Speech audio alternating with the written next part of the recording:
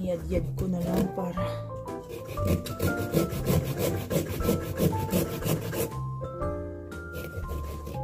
matrabaho ang niyad-yad.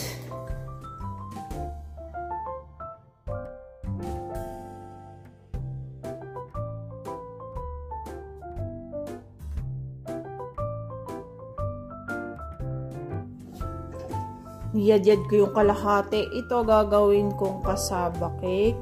Ito naman nilupak. Tigka kaunti lang. Kaunting kasaba cake, kaunting nilupak.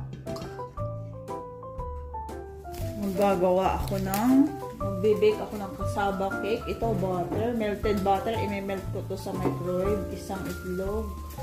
Itong maliit lang na coconut milk kasi kalahati lang ng kasaba, yung kamuting kahoy.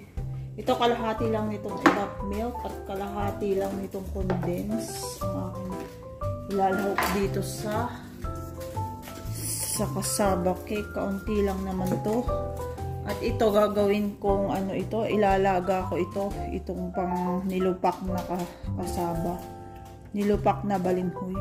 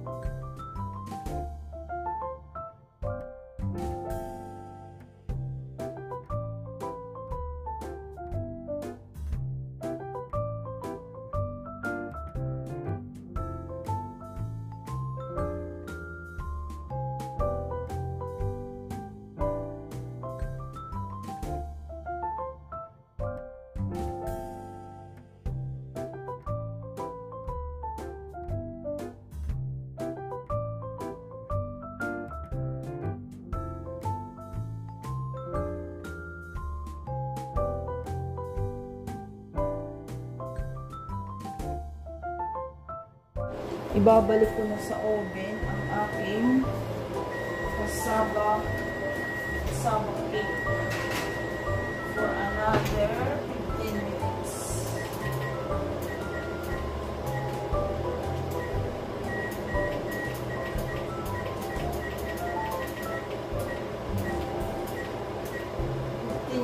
Pa itong kasaba.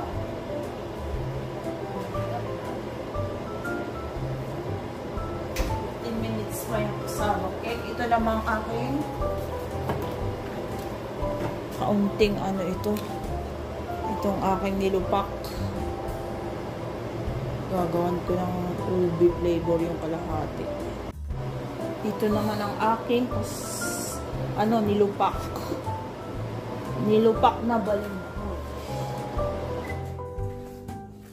Nilupak na balinghoy yung itong isa. May kasaba cake tayo at meron tayong nilupak. Ayan, nilagyan ko ng ubi flavor yung itong kalahati. Tapos yung kalahati wala tayong palagay na cheese na Eden cheese. Colby Jack lang yung nandyan sa rep. Pero okay na yan siguro. Wala tayong Eden cheese dito mabili. Malayo pa o order pa online.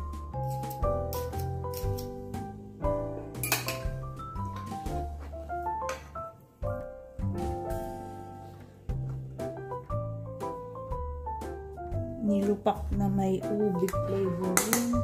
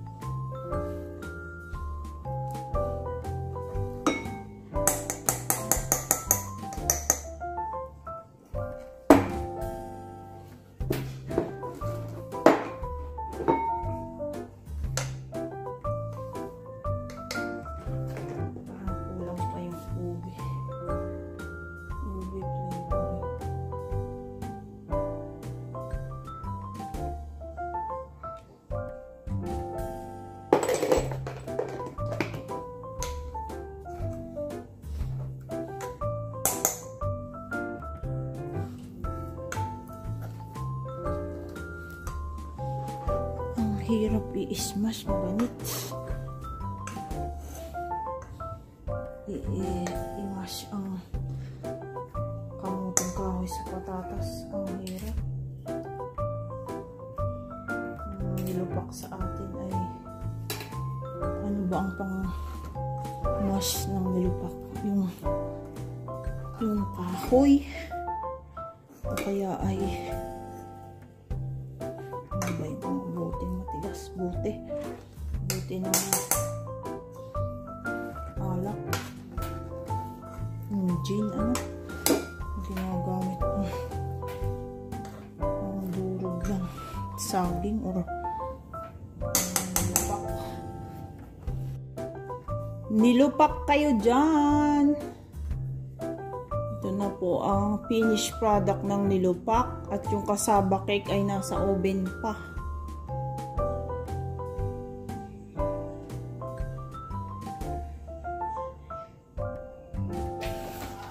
Yan ang cassava cake na binibake ko. Yan ang gusto ni Daddy. Ang gusto ko naman ay yung yung nilupak. So ang ginawa ko, half cassava cake at half nilupak.